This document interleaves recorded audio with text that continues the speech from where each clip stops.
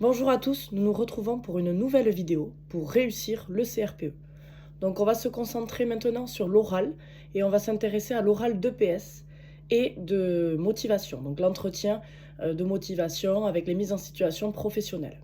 Donc cet oral est coefficient 2, donc il est moins important que l'oral de français, de leçons français et mathématiques, mais il a quand même une importance puisqu'il est quand même plus important que les coefficients de chacun des écrits. Donc l'oral d'EPS, il se décompose en deux situations. Donc d'abord une séance d'EPS à présenter, puis euh, une présentation de votre parcours avec vos compétences professionnelles en lien avec l'éducation nationale et votre nouveau métier. Et également, à la fin donc, de cet entretien de motivation, il y a des questions du jury, puis il y a une partie de mise en situation professionnelle, dans laquelle on vous présente deux situations qui peuvent arriver à l'école, donc qui peuvent intervenir par rapport au programme en classe, ou aussi à l'extérieur, qui sont en lien avec l'école, mais du coup qui ne sont pas forcément propres à l'enseignement. Donc ces deux thématiques-là, on vous les présente sur le moment et il faut ensuite les détailler. Donc là, on va se concentrer sur la première partie qui concerne l'EPS, puisque c'est ce qui va disposer votre oral, qui va prédisposer votre oral afin qu'il soit le mieux possible, puisqu'en effet, on commence par l'EPS sur la présentation. Donc si déjà c'est un peu bancal, ça met les examinateurs, les jurys, dans une mauvaise disposition. Donc c'est très important pour l'enseignement en EPS de connaître pas mal de choses. Donc on va essayer de réviser ça un petit peu lors de cette vidéo, de voir ensemble justement pour vous donner le plus de conseils possible pour réussir cette épreuve. Donc il faut savoir que vous allez devoir faire une séance d'EPS. Alors présenter toujours. On ne la fait pas vraiment devant le jury. On la présente, on explique ce qu'on voudrait faire, les variantes, surtout les variantes positives et les variantes négatives si c'est trop difficile. On essaie justement d'être le plus précis possible pour que le jury voit vraiment votre séance, voit vraiment ce que vous souhaitez faire. Donc ça, c'est très important. Donc par rapport à l'enseignement en EPS, il faut savoir donc pour votre séance, vous aurez déjà au préalable 4 APSA qui pourront tomber. Alors les APSA, c'est les activités physiques, sportives et adaptées. Donc ça, il faudra déjà savoir en amont dans votre académie quels sont les APSA. Souvent, on retrouve les sports collectifs qui rentrent en jeu, on retrouve une activité artistique de style danse, on retrouve les activités athlétiques. Mais voilà, c'est qu'une petite suggestion, ça peut changer selon les académies.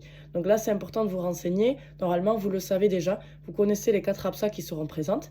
Donc déjà, il faut travailler en amont sur ces APSA-là. Il faut avoir une petite fiche avec l'APSA, donc son nom, dans quel champ on est, dans quel objectif d'apprentissage, dans quel champ d'apprentissage on est. Ensuite, des différents exercices en lien avec ça. On peut déjà se préparer des petites séances adaptées à chaque cycle. Donc c'est bien de se préparer des séances une par cycle. Bien évidemment, on aura un sujet, une thématique, une question. Il faudra que vous adaptez sur le moment. Mais déjà, si on se crée par APSA des petites fiches avec vraiment ce qui est important à retenir, déjà on prend des points d'avance pour ne pas arriver complètement démuni lors de l'épreuve et lors de la préparation qui est très très courte pour l'EPS puisqu'on est sur une préparation effectivement d'une demi-heure seulement. Donc ça c'est important de le retenir. Donc pour l'EPS, la programmation en EPS, elle a pour but de répartir efficacement les apprentissages et de réfléchir à l'organisation de ces APSA, donc de ces activités physiques, sportives et artistiques. Il faut qu'il y ait de l'équilibre entre chacune des activités dans votre programmation annuelle. C'est-à-dire qu'il faut à la fois des activités diversifiées qui appartiennent aux différents champs d'apprentissage. En général, on fait 2 ou 3 APSA par période et elles sont de champs d'apprentissage différents. Le niveau d'habileté des élèves est important aussi. On ne demandera pas la même chose à un élève de maternelle qu'à un élève de CM2, en fonction de leur âge, de leur capacité, de leurs besoins.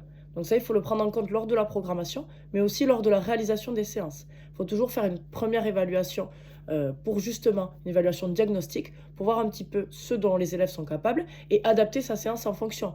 On ne va pas demander à des élèves qui ne sont pas capables de courir le 100 mètres en 30 secondes de le courir en 10 secondes, ça c'est sûr qu'on ne pourra pas leur demander ça.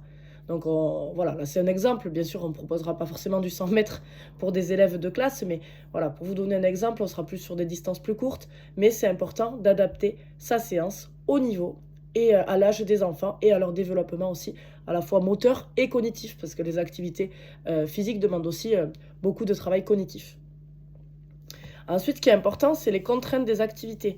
Est-ce qu'on est sur des activités de pleine nature? Si oui, on les placera plutôt dans des périodes de l'année comme le printemps, où il va faire beau et où il y a moins de risques de pluie. même si ça peut changer en fonction des régions, et ça peut également changer. Actuellement, c'est vrai que la météo est de moins en moins fiable. Ensuite, il faut aussi prendre en compte quand vous êtes en classe le planning d'occupation des différentes salles, notamment les salles de motricité, les espaces, les salles de sport, éventuellement les gymnases. Donc ça, c'est important aussi de le prendre en compte. Maintenant, rentrons dans le vif du sujet lorsque je propose une séquence d'apprentissage en EPS. Donc il faut savoir que déjà l'EPS, c'est l'éducation physique et sportive. Et ce n'est pas la pratique du sport en club. Il faut savoir que la pratique du sport en club, elle est codifiée avec des règles précises et les enfants viennent uniquement pour cette activité-là. À l'école, on n'est pas là-dessus. On est sur de l'éducation physique et sportive, donc on a le droit de modifier les règles des vrais sports. On a le droit d'adapter les règles selon ce qu'on veut travailler. On ne demandera pas la même rigueur à un enfant qui vient faire du basket en club qu'à un élève qui fait du basket à l'école. Ce ne sera pas la même pratique d'ailleurs, ce ne sera pas les mêmes conseils non plus. Ce ne seront pas les mêmes conseils. Donc ça, c'est important déjà de bien le souligner, que l'EPS, ce n'est pas le sport qu'on pratique en club. C'est vraiment l'activité d'éducation physique et surtout et sportive, mais d'éducation à la santé. C'est un objectif majeur. Il y a de moins en moins d'enfants qui font du sport. On remarque voilà, qu'il y a de la faiblesse au niveau des habiletés motrices depuis quelques années. Le Covid n'a pas forcément aidé.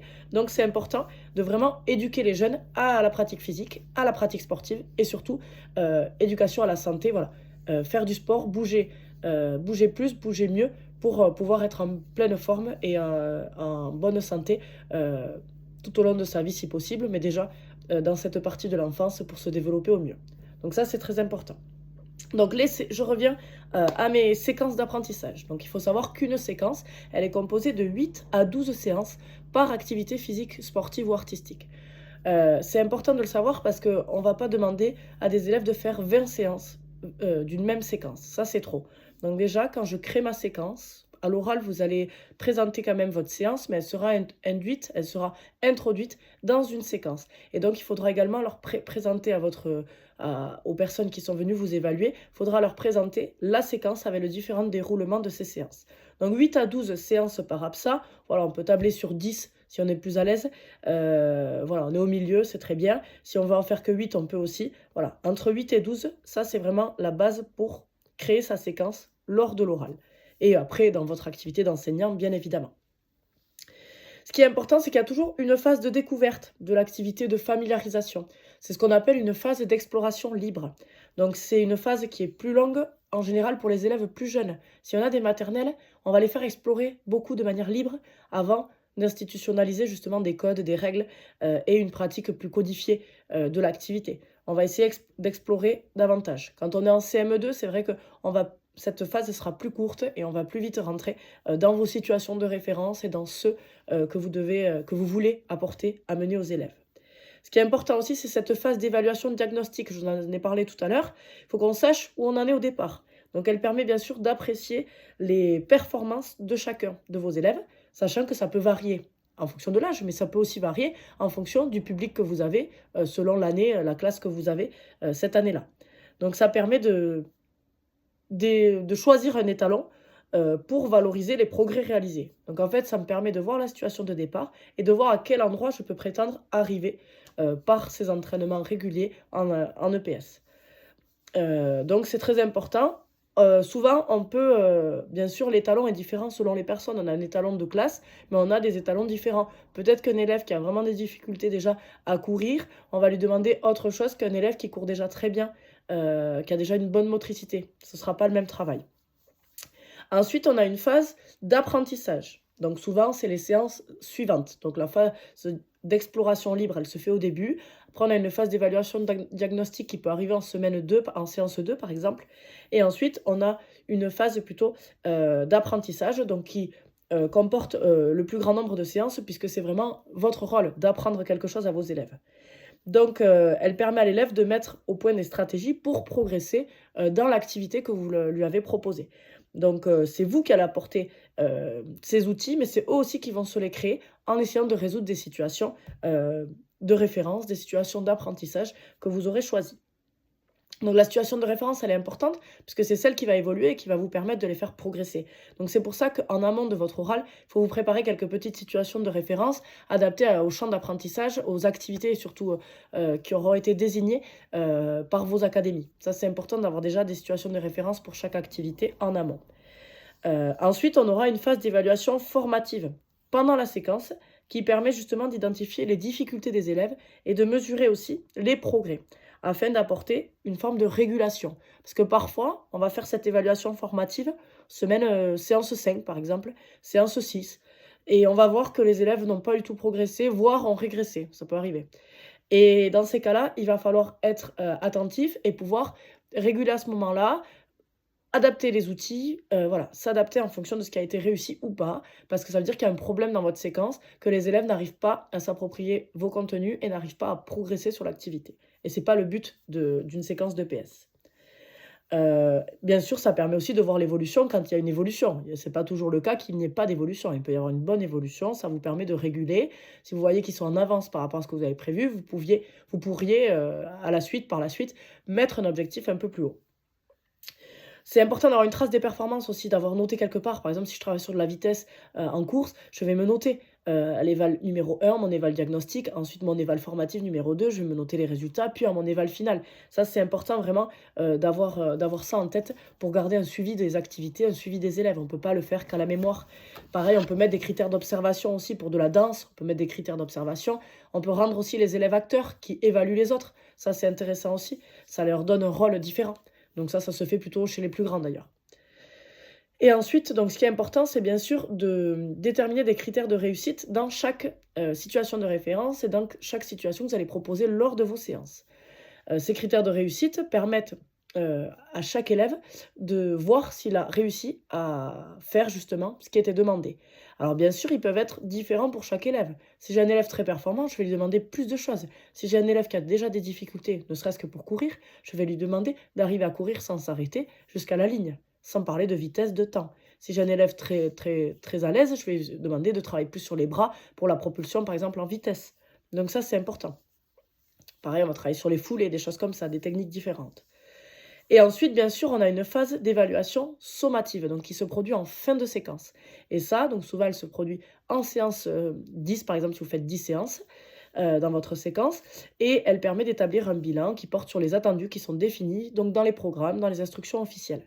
Et donc, ça permet d'évaluer les acquis. Si par exemple, votre objectif, c'était être capable de courir à telle vitesse, on verra si ça a été acquis ou pas. Et ensuite, bien sûr, on donne des informations à la famille, on fait un retour sur cette activité. Il y a aussi la possibilité dans les écoles de faire des rencontres interclasses ou inter-écoles qui permettent justement que les élèves se confrontent aussi à d'autres personnes et puissent aussi évoluer davantage, surtout s'ils sont très à l'aise dans leur classe. Ça permet aussi qu'ils évoluent face à d'autres classes, d'autres élèves de leur âge. La structure d'une séance en EPS. Je commence par une mise en train, qu'on appelle un moment d'échauffement et de mise en route, qui est aussi appelée mise en disponibilité corporelle. J'essaie de mettre mon corps dans la disposition à faire du sport.